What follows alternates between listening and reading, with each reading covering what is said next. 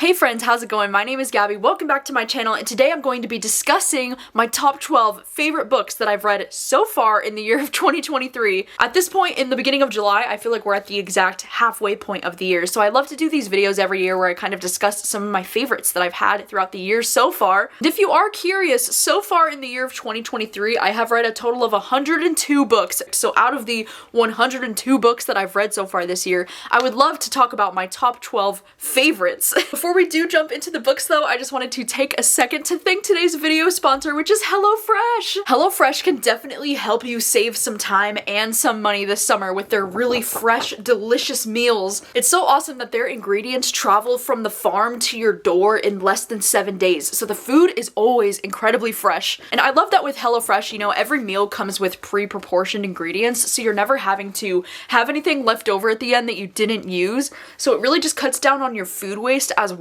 And it just saves you time when it comes to grocery shopping, because I don't know about you, but I'm not a big fan of grocery shopping. I just think it's so time consuming and so annoying. So that's what I love about making meals with HelloFresh, is you know you're never gonna have to like run to the grocery store to grab that like one ingredient that you forgot to make this meal. It's exciting because they have over 40 different meal options to choose from every week, so you're never gonna get bored of eating the same thing over and over again. And I know, at least for me personally, I've discovered some of my favorite meals from these HelloFresh meals. Like, they are all so good, they're so unique. And it's nice because HelloFresh doesn't just do dinner, they also do snacks and sides or desserts. There's all kinds of things that you can add to your order, and they have a curated selection of over 100 different things that you can also add to your weekly order. I wouldn't consider myself to be the best cook, but what I love about HelloFresh is that they make it so easy to understand with the photos, and they really break it down step by step so that you really feel like you know what you're doing. I recently made these onion crunch chicken with sweet mashed potatoes and roasted green beans, and it had this honey Dijon dressing on it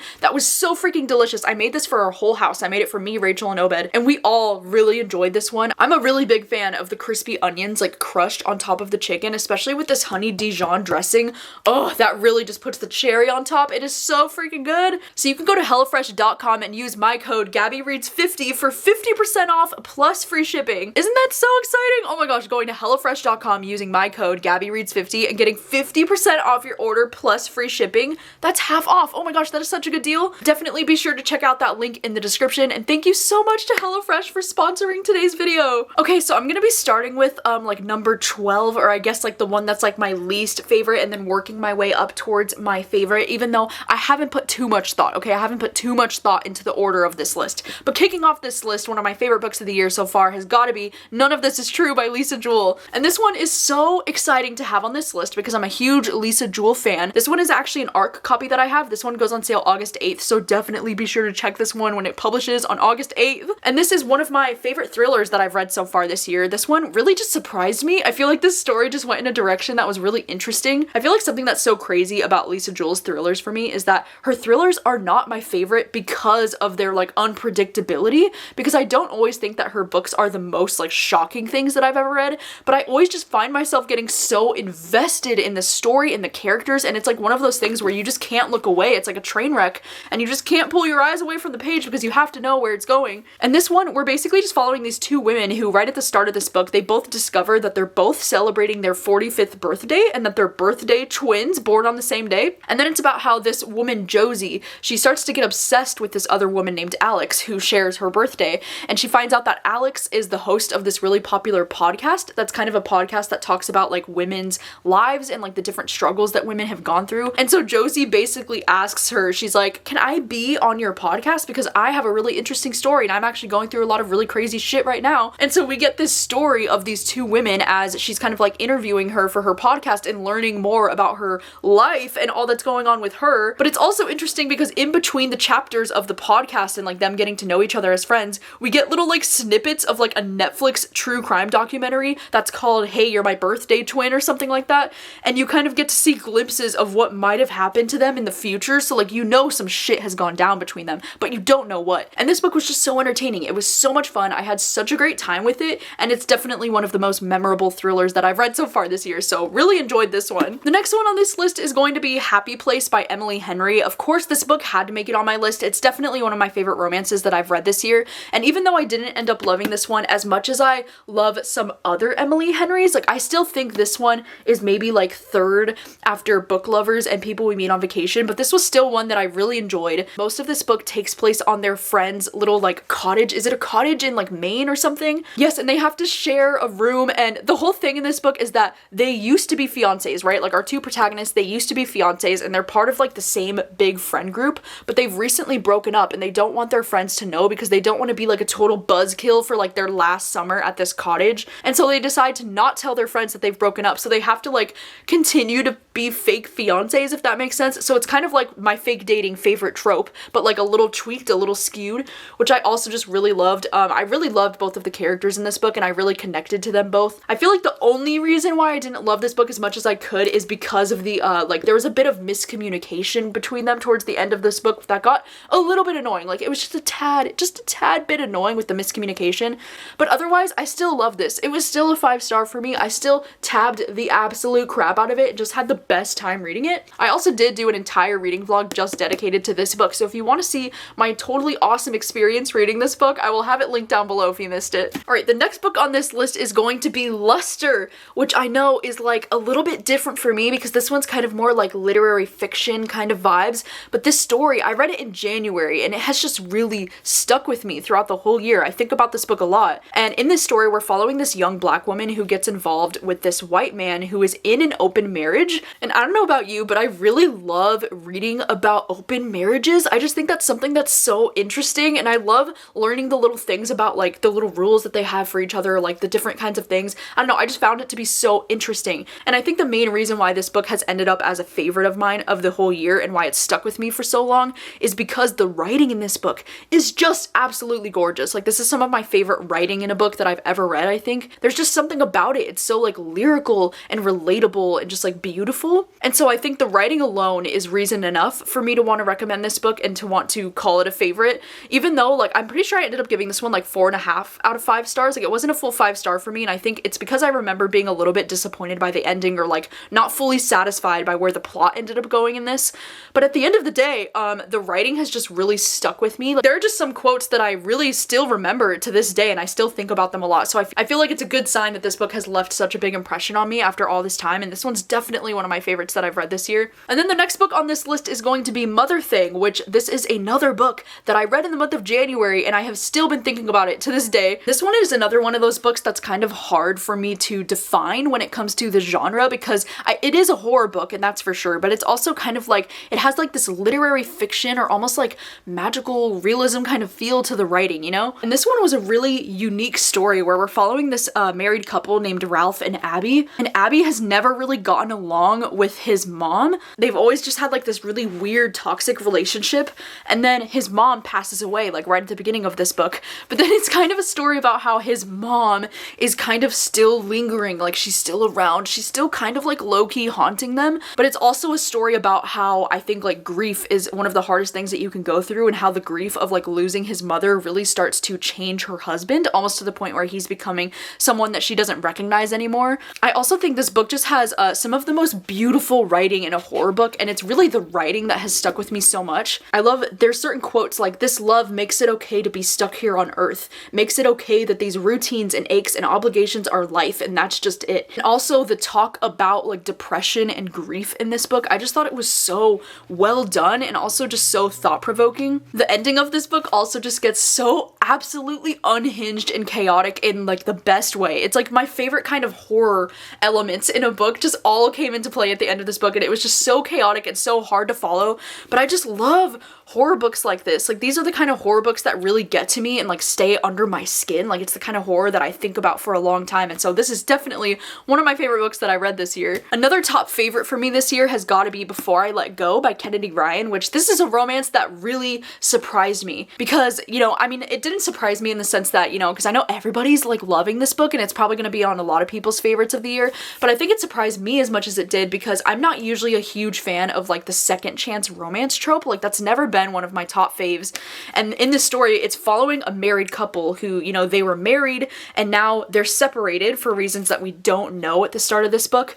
And then it's kind of a story about how they're reconnecting again and falling back in love with each other. This story was just, it was unexpected because, you know, usually, like I said, the second chance romance thing, it doesn't always work for me, but for this one, it really did. I feel like this book was absolutely heartbreaking and like really hard to read at times when you learn about like why their marriage failed in the first place and all of the hardships that this family has had to go through. But I also just think, oh my gosh, like the way that this author wrote their chemistry, it was so good. Like every time they were on the page together, I was just like, I was feeling the chemistry. I was like giddy with excitement. Like it was just so well written and well done. I also do love the discussion in this book about how important it can be for men to go to therapy as well after they've experienced certain kinds of traumas in their life or just in general. I just loved the discussion about it because I feel like these characters, like they really go through that character arc of feeling like, oh, I'm a macho man, like I can just get through anything and I don't need therapy and I don't need help. But also like how important it is for men to realize like they do need help and that they could be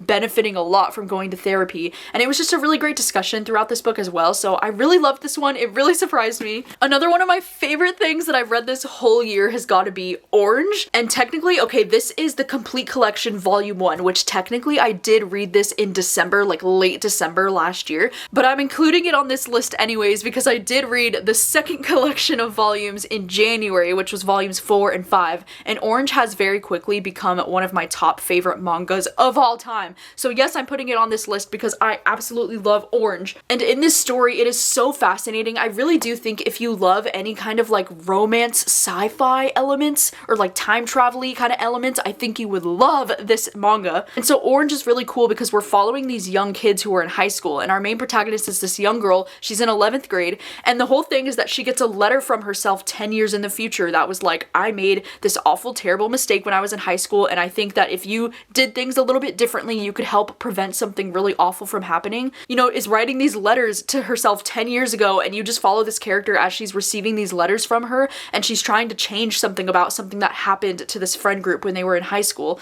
And it is just, oh my god, it is so beautiful. This is a manga that I can see myself wanting to reread time and time again because I am just so in love with these characters. I'm so invested. There's also like a cute little love triangle happening between our main protagonist girl and these two boys, and oh my gosh, I'm not usually the biggest fan of like love triangles. Like sometimes I feel like they can be very cheesy and just very annoying, but this one was so cute, and I think it's because these two guys are like really close friends and they are like the least toxic men I've ever seen in my freaking life. Like they were so cute. They're so soft. I would also let you know that there are a lot of trigger warnings for things like suicide and depression, and like there's a lot of heavier themes in this book, so I would check trigger warnings if you're worried about certain trigger warnings. But oh my god, I love Orange with my whole heart. Like this manga series has my whole heart. All right, next up on my list has got to be Lessons in Chemistry, which this is another book that I read in January, and this is one that just really surprised me and has stuck with me so much throughout the year. This was something that I wasn't even sure if I was going to like or not because this one's kind of just this historical fiction novel that follows this woman named Elizabeth Zott, and it takes place in the 1960s, and she is a chemist. She's a scientist, and this is one of those stories that just kind of like spans this character's life, and we just kind of get to follow her over so many different years. And I think the main reason why this book ended up being one of my favorites of the year and why it just stuck with me for so long is because of this character, Elizabeth Zott. Like she was such a joy to follow as a character in this book, and I really related to her so much. And she's one of those characters to me that's just very like independent and very self-reliant and like wants to get shit done on her own and like make a name for herself and doesn't necessarily care that much about like men's feelings and like having, you know, marriage and kids be like a priority in her life. Like she'd rather dedicate her life to her career and like being a chemist and making a name for herself. She was very much giving me like Jo March vibes or even like Evelyn Hugo. Like she's just one of those like iconic characters that's going to stick with me for a long time. And she's the main reason why I love this book as much as I did.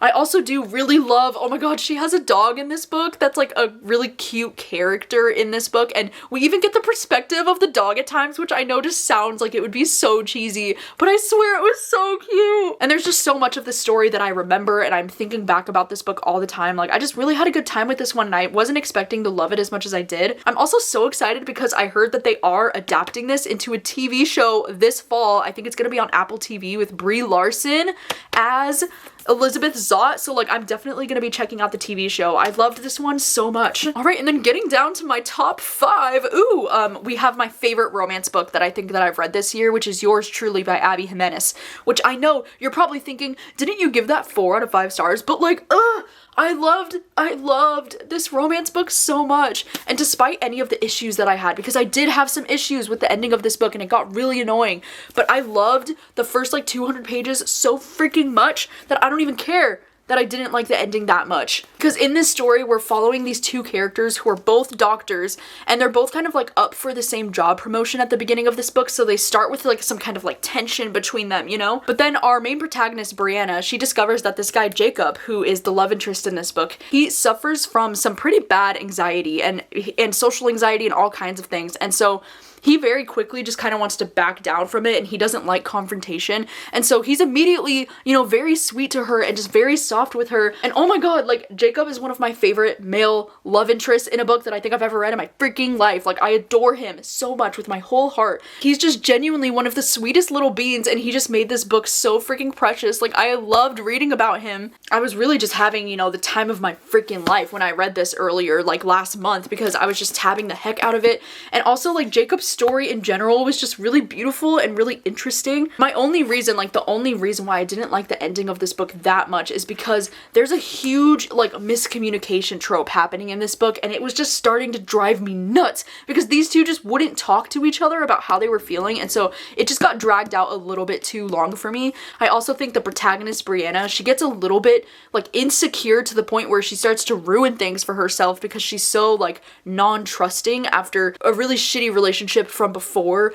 She just has issues with like trusting people going forward, which I definitely understand, but it was just like, it got to the point where I was like, but you know this guy and he's different and he's not your ex, and it was just a little bit frustrating for me towards the end of this book. But otherwise, I absolutely love this. I'll be thinking about this book for such a long time, and this is definitely one that I could see myself rereading just because of how much I adore Jacob, and their chemistry was so cute. Alright, coming in at my number 4 spot is going to be Our Share of Night by Mariana Enriquez, and this is another one that I was not expecting to love this book as much as I did. I actually read this book for a video I was working on earlier this year called Reading Books by Latin Authors, but this story is another one that I think that it's hard for me to pin down a genre for this book, but according to Goodreads, this one is kind of like a horror, kind of historical fiction, fantasy kind of book. It has like some magical kind of elements to it. We're basically just following this father and this son, and the father, he has recently lost his wife. Like, the mother of the boy has recently passed away, and they're kind of dealing with that and dealing with the grief of losing her.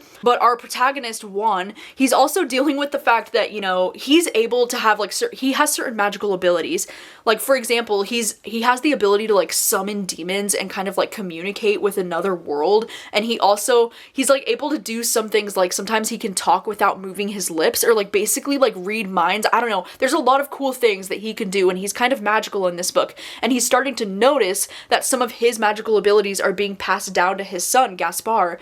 And so this story really follows this father and son duo as he's, you know, trying to protect his son from the threat and the danger of like people being invested, or like once people know that this kid has the same abilities as his dad, it will really put him in danger. I know that when I'm explaining this book, it sounds like something that I wouldn't even usually like pick up to read, because like you're probably like, what are you even talking about, like demons and cults and like what? But oh my god, I love this so much. Like, I feel like this book is so well written. This book has some of the best atmosphere in a book that I've ever read, and these characters have just stuck with me for such a long time, because yes, this book is thick, it's massive. This book is nearly 600 pages long, and it's also broken up into like 7 different parts or something like that, I want to say.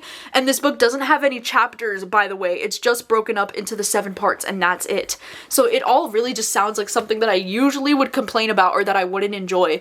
But this book was just magical. It was so freaking good. I've just been thinking about these characters nonstop ever since reading it. And this was definitely one of those reading experiences where the first like few minutes after I read it, I was like, I think it was like around a 4, maybe 4.5 stars. And then the more days that passed, I was like, no, this was a 5-star. Like, I can't stop thinking about this book. And the writing was just, it was so good. It really just like tickled something in my brain. Like, I just love the writing in this book. All right, and on to the top 3. My favorite thriller that I've read so far in the year of 2023 has got to be The Writing Retreat by Julia Bartz, because this book had Also, one of my favorite like atmospheres in a book that I've read, but also this has got to be one of the most like unhinged, chaotic thrillers that I've read in such a long time. And I had so much fun with it. And basically in this story, we're following this protagonist who is a writer, and she's been really good friends with this woman named Ren, and they've gotten really close like over the last like 8 years or so, but they've recently had a falling out and like things are not good between them anymore. But there's going to be this writing retreat where this woman who's like a really successful, well-known author in America is going to be giving a few women the opportunity to come to her huge mansion estate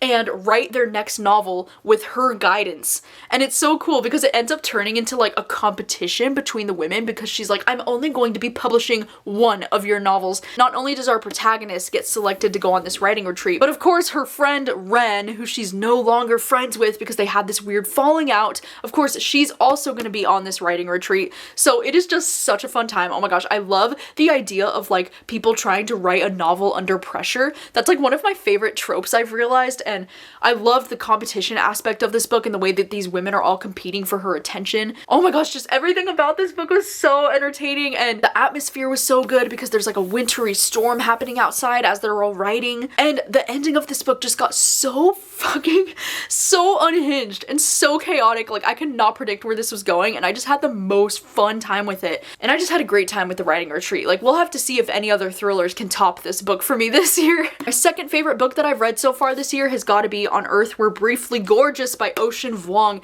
And this is definitely a book that I know I should have read this sooner, because I knew that this book was gonna absolutely wreck me emotionally. This is actually a book that I did for a video that I worked on where I read books that I thought were gonna be 5 stars, because this has been sitting on my TBR since 2019 and I knew I was gonna love it, and I did love it. And this story is really interesting because we're following a protagonist whose name is Little Dog, and he's writing this book as if it's a letter to his mother, and we just kind of follow him as he's reflecting on his childhood. And so we're like, the way that this is written is really interesting because he's reflecting back on a time that was really hard growing up in America, because this character that we're following, he's Asian and he's gay, and so he's talking a lot about like the different difficulties that he's faced. On the inside here, I definitely agree with this when it says On Earth We're Briefly Gorgeous is also a brutally honest exploration of race, class, and masculinity. I really do think that this book is one of the most well-written books that I've ever read in my life. I mean, look at all these annotations and like markings I made. I feel like I marked something almost on every single page of this book, and it's definitely the writing that's going to stick with me the most. I mean,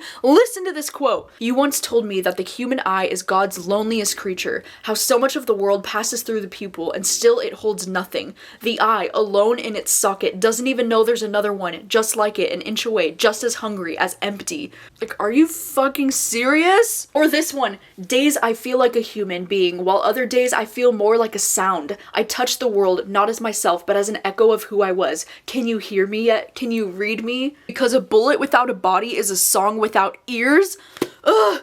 Ocean Vuong, what the fuck? This book is just so gorgeously written. Like, I just loved it so much. I think about it all the time. There's a quote kind of towards the end of this book that reveals kind of why the book is called On Earth We're Briefly Gorgeous, or like it touches on that in a beautiful quote. And by that point in the book, I was like tears in my eyes, like shivers, like full body goosebumps. I was like, this is incredible. Like, what? I want to push this book on everyone I know because I just thought it was so thought-provoking and beautiful and interesting, and it provokes so much conversation that's so important. And so this was definitely one of my favorite books that I read this year. So wow, after all of that, I know you're probably thinking to yourself, what could possibly top that? Like, what book did you love even more than that one that you just raved about? But maybe if you do know, if you've been watching my channel maybe throughout this whole year, you'll probably know that my favorite book that I've read so far this year is Any Man by Amber Tamblyn. And yes, this is another situation where I read the book in January. I haven't been able to stop thinking about it all year, and I kind of want to do a reread of this book before the end of the year because of how much I loved it. This is another situation where I struggle to pin this book down to a certain genre because I do think it leans more towards the horror genre, but it's also one of those books that's like a genre bending kind of book because it doesn't really fit into any genre in my mind. But this is a book unlike anything that I've ever read before, and I want to warn you right away that this book is not going to be for everyone. This is a book that involves some some very heavy trigger warnings for sexual assault and anything dealing with that, which is usually not something that I really like to read at all, because that's definitely something that really triggers me sometimes when I'm reading, like, and I don't think I can read about that in certain situations. But this book was incredible. It's the way that this book is written is so gorgeous because it's almost like poetic in the style that it's written. And the story is so incredibly unique because in this story we're following from the point of view of a few different men who have all been sexually assaulted by the same woman. And so we get their different points of views as they're dealing with recovering from this really awful assault and situation that they just dealt with this woman. And this woman is a violent serial R-word. I don't want to say the R-word, but oh my gosh, this book is brutal at times. Like, it is absolutely brutal and heartbreaking and gut-wrenching to read something like this. But the way that this author has written this book was just gorgeous. Like, it is so beautifully written. It's one of my favorite books that I've ever read because of the writing. I think the audiobook for this book is also really good because it's a full cast audiobook and you get the voices of so many different men, and the way that they portray these characters and their voices and the voice acting in this audiobook is just absolutely incredible and also heartbreaking. I feel like this story is so important because this story in particular talks a lot about what it looks like when a man gets sexually assaulted by a woman and how we as a society respond to that, and how so often in American society we try to be like, oh well, a man can't get sexually assaulted by a woman, or we try to like make jokes out of it, or we try to make the guy feel like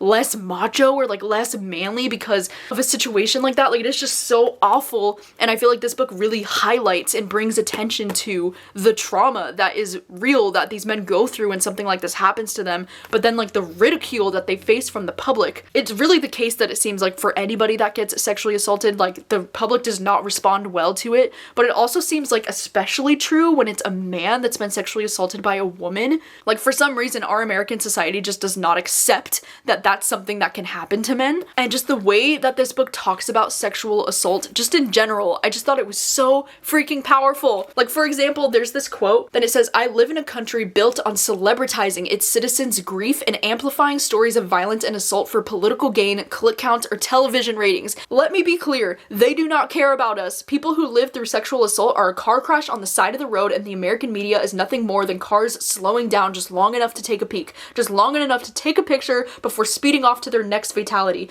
We are a country that capitalizes on the fetishizing of felonies, a country that says innocent until proven guilty, even though the proving of assault is nearly impossible." Oh my gosh, this whole book, just reading that quote out loud again, I was like, oh, I want to reread this so bad. Very heartbreaking. So just know that this is not an easy read, but it's definitely my favorite read that I've read so far this year. It's left the biggest impact on me as a human, and I definitely want more people to read this book because Amber Tamblin's writing is everything. And yes, apparently she is the actress from The Sisterhood of the Traveling Pants. Like, who knew? I've never seen it before. I don't know. But she's also written a poetry collection that I'm very interested in checking out. Like, I will read anything this author publishes because of how much I love this. All right, so that is it. That is all of the things that I have loved so far in the year of 2023. Those are definitely my top 12 favorites of the year so far. I love to make these videos like halfway through the year to see how my favorites change by the end of the year, or to see if I feel differently or if there's any new favorites in the second half of the year that take me off guard. Because last year I remember being convinced that I had already found like my top 5 of the year, and then the second half of the year last year I read my favorite book of the year in the second half of the year. So I'll be very curious to see